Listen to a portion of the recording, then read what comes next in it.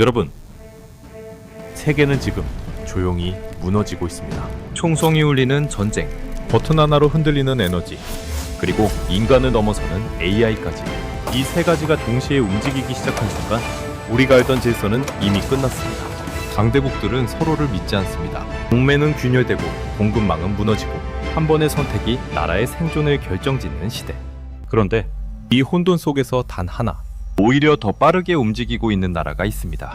전쟁 위협 한가운데 있으면서도 무기 수출은 사상 최고를 기록하고 에너지 위기 속에서도 공장은 멈추지 않으며 AI 시대의 심장이라 불리는 기술까지 쥐고 있는 나라. 세계 전문가들은 지금 같은 질문을 반복하고 있습니다.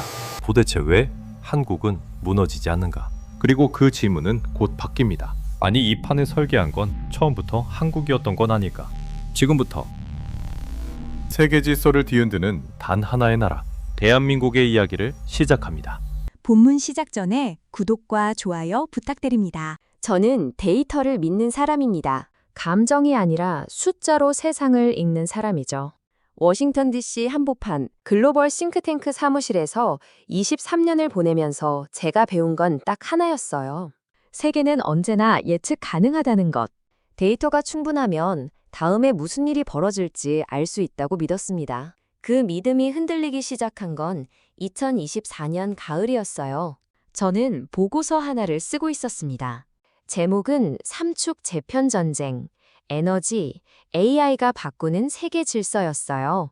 간단히 말하면 이겁니다. 전쟁이 공급망을 무너뜨리고 에너지가 국가의 생사를 가르고 AI가 그 판 위에서 패권을 결정한다는 내용이었죠. 제가 보기엔 너무나 명확한 그림이었어요. 하지만 그 그림 안에서 설명이 안 되는 나라가 하나 있었습니다. 한국이었어요. 전쟁 리스크 지수는 높았습니다. 북쪽에 핵무장 국가가 있고 주변엔 중국과 일본이 있었죠. 자원은 거의 없었어요. 에너지 자금률은 바닥 수준이었고 인구는 줄고 있었습니다. 어떤 지표를 봐도 위기 국가였어요. 그런데 데이터가 이상했습니다. 방산 수출은 급증하고 있었어요. 반도체는 세계 점유율을 오히려 늘리고 있었죠. 전력망은 안정적으로 돌아가고 있었고 산업 생산 지수는 흔들리지 않았습니다.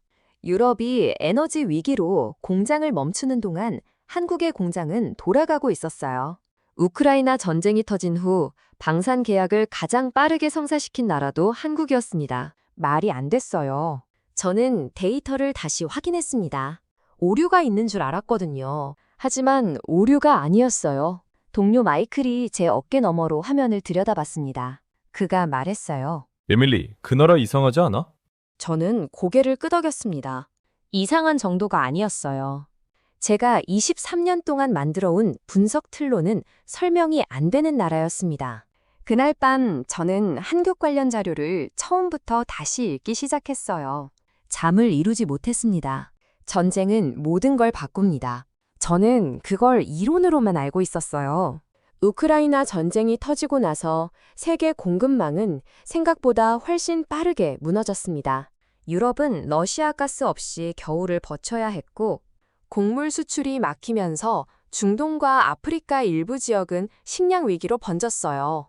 반도체 공급은 이미 코로나 때부터 삐걱거리고 있었는데 지정학적 긴장이 더해지면서 완전히 다른 국면이 됐습니다. 자동차 공장이 멈췄어요. 가전제품 납기가 밀렸죠. 방산업체들은 주문을 받아놓고도 부품이 없어서 납품을 못하는 상황이었습니다. 그 혼란 속에서 저는 방산 수출 데이터를 들여다보고 있었어요. 한국의 수치가 눈에 들어왔습니다. 2022년 방산 수출 규모가 역대 최고를 찍었어요. 폴란드와 계약한 K2 전차, K9 자주포. 숫자만 본 게 아니었습니다. 계약 체결까지 걸린 시간이 문제였어요. 미국이나 독일이라면 최소 3년은 걸렸을 협상이었는데 한국은 몇 달 만에 끝냈습니다. 폴란드 국방부 관계자가 언론 인터뷰에서 한마디 기억에 남았어요. 한국만큼 빠른 나라는 없었다고요. 저는 그 말을 처음엔 그냥 넘겼습니다. 그런데 자꾸 마음에 걸렸어요. 속도란 단순히 빠른 게 아닙니다. 결정 구조가 단순해야 하고 생산 여력이 있어야 하고 기술 신뢰가 뒷받침돼야 가능한 거예요. 세 가지가 동시에 작동하지 않으면 그 속도는 나오지 않습니다. 저는 한국 방산업체들의 생산 라인 데이터를 찾아봤어요. 놀랐습니다. 이미 가동 중인 라인이 있었고 증설 여력도 있었죠. 전쟁이 터지기 전부터 준비가 돼 있었던 겁니다. 우연이 아니었어요. 마이클이 커피를 가져다 놓으며 물었습니다. 뭘 그렇게 보냐고요? 저는 화면을 가리켰어요. 한국이 전쟁을 기회로 바꿨다고 말했습니다. 그가 잠깐 화면을 보더니 말했어요. 기회가 아니라 준비였던 거 아니겠냐고요. 맞는 말이었습니다. 저는 처음으로 이 나라가 단순히 운이 좋은 게 아니라는 걸 느꼈어요. 뭔가 다른 논리로 움직이는 나라였습니다. 그 논리를 저는 아직 몰랐어요. 에너지는 곧 국가의 숨입니다. 그게 멈추면 모든 게 멈춰요. 2022년 겨울 유럽이 그걸 몸으로 배웠습니다. 독일은 러시아 가스 의존도가 55%를 넘었어요. 전쟁이 터지고 공급이 끊기자 공장 가동률이 급락했습니다. 화학업체들은 생산을 줄였고 일부 제조업체는 아예 문을 닫았어요. 전기요금이 치솟으면서 서민 가게도 흔들렸습니다. 유럽 최대 경제대국이 에너지 하나에 이렇게 무너질 수 있다는 게 충격이었어요. 저는 그 데이터를 보면서 한참을 멍하니 앉아 있었습니다. 그러다 한국 데이터를 열었어. 같은 기간 한국의 전력 공급 안정성 지수는 거의 변화가 없었습니다. 산업용 전력 공급 중단 시간은 연간 평균 15분 수준이었어요. 유럽 주요국 평균이 수십 시간대였던 것과 비교하면 사실상 다른 세계였습니다. 저는 숫자를 2번 확인했어요. 오류가 아니었습니다. 어떻게 가능한 건지 이해가 안 됐어요. 한국은 자원이 없는 나라입니다. 석유도 없고 가스도 없고 석탄도 부족하죠. 에너지 수입 의존도가 90%를 넘어요. 숫자만 보면 에너지 위기에 가장 취약한 나라여야 했습니다. 그런데 현실은 반대였어요. 파고들기 시작했습니다. 한국의 에너지 구조는 단순하지 않았어요. 원전이 24기 가동 중이었고 전체 발전량의 30% 가까이를 담당하고 있었습니다. LNG 터미널은 전국에 분산 배치돼 있었고 비축량도 넉넉했어요. 거기에 배터리 기술이 더해졌습니다. 세계 최고 수준의 배터리 저장 시스템으로 연결되고 있었어요. 원전, LNG, 배터리. 이 세 가지가 동시에 작동하는 구조였습니다. 한 축이 흔들려도 다른 축이 버텼어요. 저는 에너지 정책 보고서를 쓰면서 늘 다각화를 강조했습니다. 그런데 그게 실제로 작동하는 걸 본 건 한국이 처음이었어요. 이론이 아니라 현실에서요. 마이클에게 이 내용을 설명했더니 그가 조용히 말했습니다. 자원 없는 나라가 에너지 전략에서 앞서 있다는 게 아이러니하지 않냐고요? 아이러니가 아니었습니다. 저는 그제야 이해했어요. 자원이 없었기 때문에 더 치밀하게 설계한 거였습니다. 없는 것에 기대지 않으니까 있는 것을 더 잘 쓰는 법을 익힌 거였어요. 그 깨달음이 저를 다음 질문으로 이끌었습니다. AI 전쟁의 본질은 알고리즘이 아닙니다. 칩입니다. 저는 그걸 늦게 깨달은 편이었어요. 워싱턴에서 AI 정책을 논할 때 대부분의 사람들은 모델 성능을 얘기했습니다. 누구의 언어 모델이 더 똑똑한지, 누구의 자율주행이 더 안전한지를 따졌어요. 하지만 저는 보고서를 쓰면서 점점 다른 곳을 보게 됐습니다. 그 모든 AI 시스템 아래에 반드시 있어야 하는 것, 반도체였어요. 데이터를 보기 시작했습니다. 엔비디아의 H100, A100, 전 세계 AI 개발자들이 확보하려고 줄을 서는 칩이었어요. 오픈 AI도 구글도 메타도 이 칩 없이는 모델을 훈련시킬 수 없었습니다.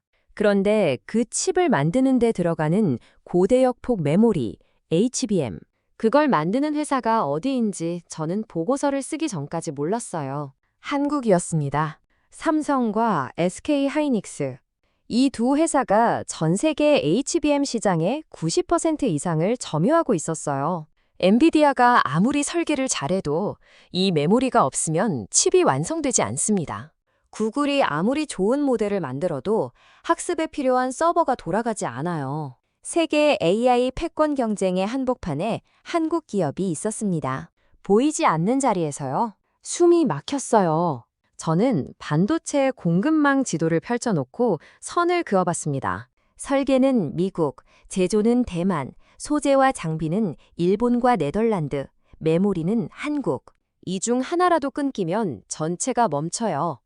그런데 이 사슬에서 가장 대체하기 어려운 부분이 어딘지 따져봤습니다. 메모리였어요. 수십 년의 제조 노하우가 쌓인 영역이라 단기간에 다른 나라가 따라올 수 없었습니다. 미국도 따라가려 하고 있었어. 반도체 지원법을 만들고 자국 생산을 늘리려 했지만 속도가 나지 않았습니다. 인텔이 수십조 원을 투자하겠다고 발표했지만 현장에서는 인력도 공정 경험도 부족하다는 얘기가 나왔어요. 10년, 20년의 축적을 돈으로 살 수는 없었습니다. 동료 사라가 제 보고서 초안을 읽더니 말했어요. 한국이 보이지 않는 지배자네요. 저는 그 표현이 마음에 걸렸습니다. 지배자라는 말이 과하다고 생각했어요. 그런데 데이터를 다시 보니 과하지 않았습니다. 세계 최대 빅테크들이 한국 기업의 출하 일정에 맞춰 개발 계획을 조정하고 있었어요. 한국이 공급을 늦추면 실리콘밸리의 일정이 밀렸습니다. 이게 지배가 아니면 뭔지 저는 설명할 말이 없었어요. 직접 가봐야겠다고 생각했습니다.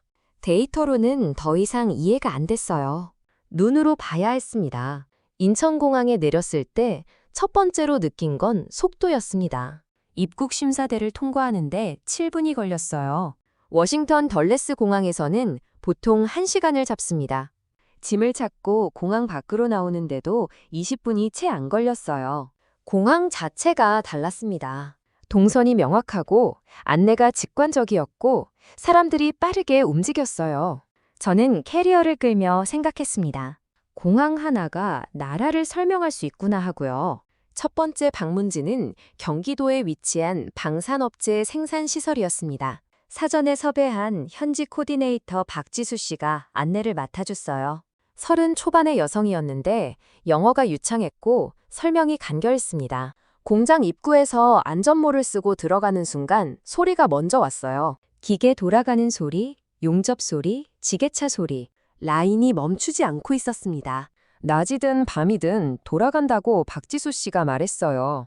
저는 생산 라인 옆에 서서 K9 자주포 부품이 조립되는 과정을 봤습니다. 작업자들의 손이 빨랐어요. 하지만 서두르는 느낌이 아니었습니다. 익숙한 속도였어요. 몸에 밴 리듬이었죠. 저는 미국 방산업체 시설을 여러 곳 다녀봤는데 분위기가 달랐습니다. 여기는 긴장감이 아니라 집중이었어요. 관리자에게 물었습니다. 주문이 갑자기 늘었을 때 어떻게 대응하냐고요? 그가 담담하게 대답했어요. 라인을 늘리면 된다고요. 저는 그게 얼마나 걸리냐고 다시 물었습니다. 그가 잠깐 생각하더니 말했어요. 빠르면 2달이라고요. 2달이었습니다. 미국이라면 환경평가부터 예산 승인까지 2년은 좋게 걸릴 일이었어요. 다음 날은 반도체 클러스터가 몰려있는 지역을 둘러봤습니다. 직접 시설 안으로 들어가진 못했어요. 보안이 엄격했습니다. 하지만 외곽에서 봐도 규모가 달랐어요. 공장 건물이 끝없이 이어졌고 트럭이 쉬지 않고 드나들었습니다. 박지수 씨가 설명했어요. 이 단지 하나에서 전 세계 스마트폰의 절반 가까이에 들어가는 메모리가 나온다고요? 저는 그 말을 듣고 한참 서 있었습니다. 그런데 저녁에 박지수 씨와 식사를 하면서 다른 이야기를 들었어요. 출산율 얘기였습니다. 0.7이라는 숫자였어요. 세계 최저 수준이었습니다. 젊은 사람들이 결혼을 안 하고 아이를 안 낳는다고 했어요. 지방은 이미 소멸 위기라는 말도 했습니다. 북쪽 리스크는 말할 것도 없었어요. 그녀는 담담하게 말했습니다. 그냥 그게 우리 현실이라고요.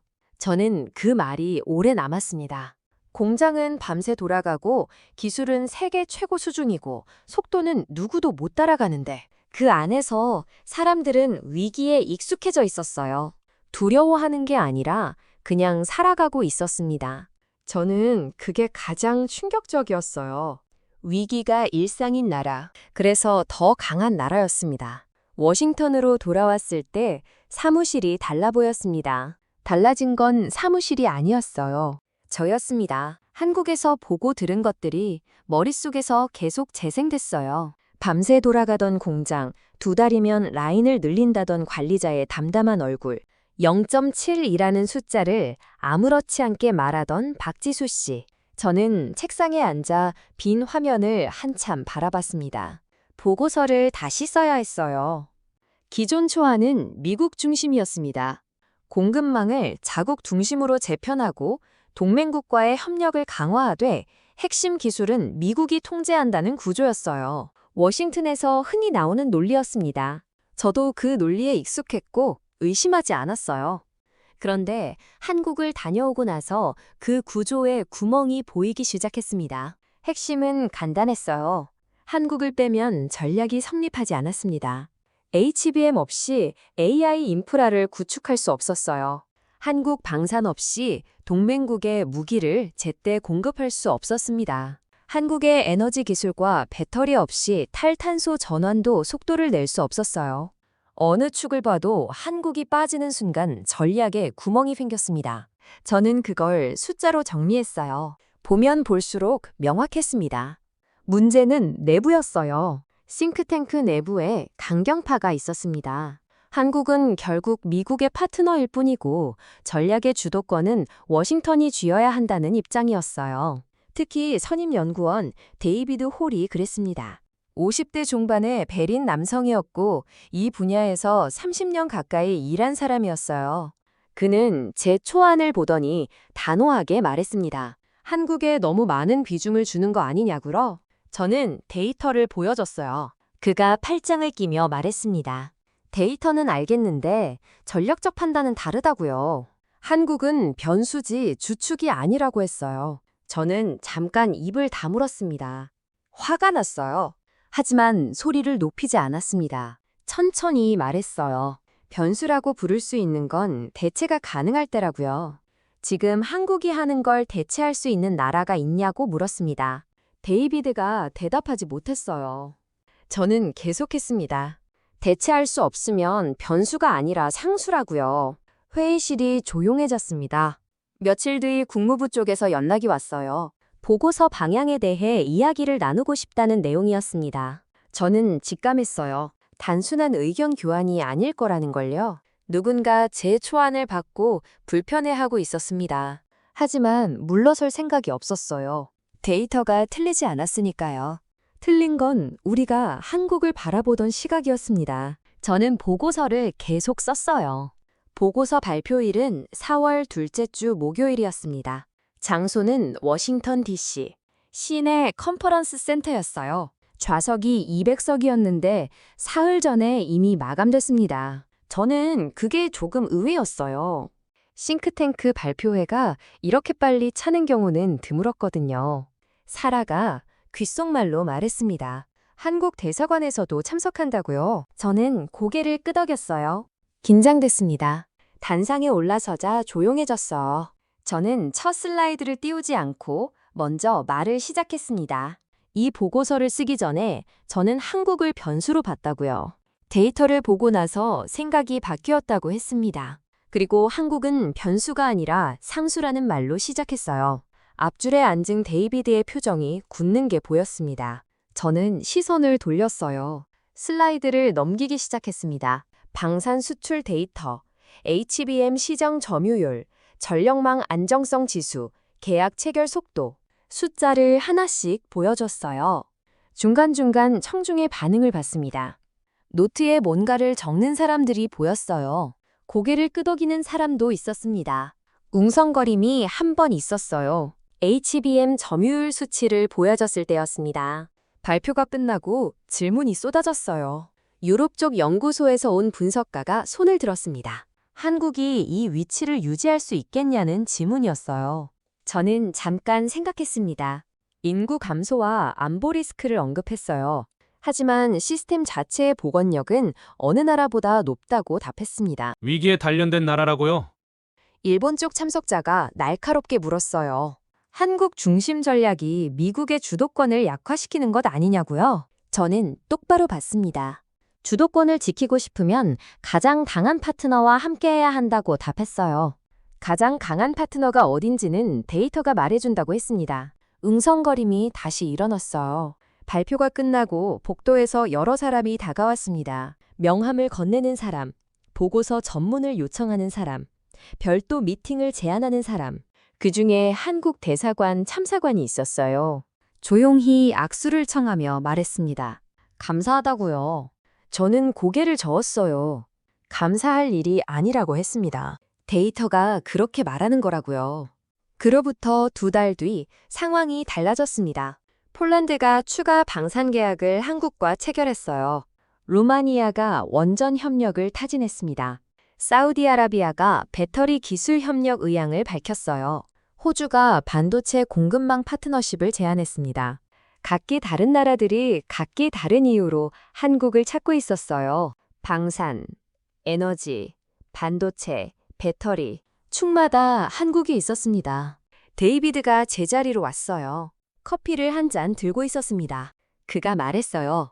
자네가 맞았어. 짧은 말이었습니다. 저는 웃지 않았어요. 그냥 고개를 끄덕였습니다. 맞고 틀리고의 문제가 아니었어요. 세계가 바뀌고 있었고 그 중심에 한국이 있었습니다. 선택받는 나라에서 선택하는 나라로 그 변화가 데이터 안에서 조용히 완성되고 있었어요. 저는 마지막 장을 쓰기 시작했습니다. 보고서 마지막 장을 쓰던 날 밤, 저는 한강 사진을 꺼내봤습니다. 한국에 있을 때 박지수 씨가 데려가 준 곳이었어요. 여의도 강변이었습니다. 늦은 저녁이었는데 사람이 많았어요. 자전거를 타는 사람, 아이 손을 잡고 걷는 부부, 치킨을 먹으며 웃는 젊은이들, 강 건너편으로 빌딩 불빛이 반짝였습니다. 저는 그 장면을 한참 바라봤어요.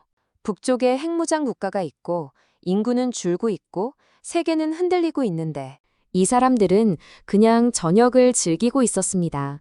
무감각한 게 아니었어요. 단단한 거였습니다. 저는 그 사진을 책상 위에 놓고 타이핑을 시작했어요. 마지막 장의 제목은 처음부터 정해져 있었습니다. 게임 체인저. 다른 표현을 고민하지 않았어요. 데이터가 그 단어를 가리키고 있었으니까요. 삼축 재편은 완성됐습니다. 전쟁이 공급망을 무너뜨렸고 에너지가 국가의 생사를 갈랐고 AI가 패권의 기준을 바꿨어요. 그 세 개의 축이 교차하는 자리마다 한국이 있었습니다. 우연이 아니었어요. 수십 년의 축적이었고 위기를 버텨온 시스템이었고 없는 것을 탓하지 않고 있는 것을 극한까지 끌어올린 결과였습니다. 저는 보고서에 이렇게 썼어요.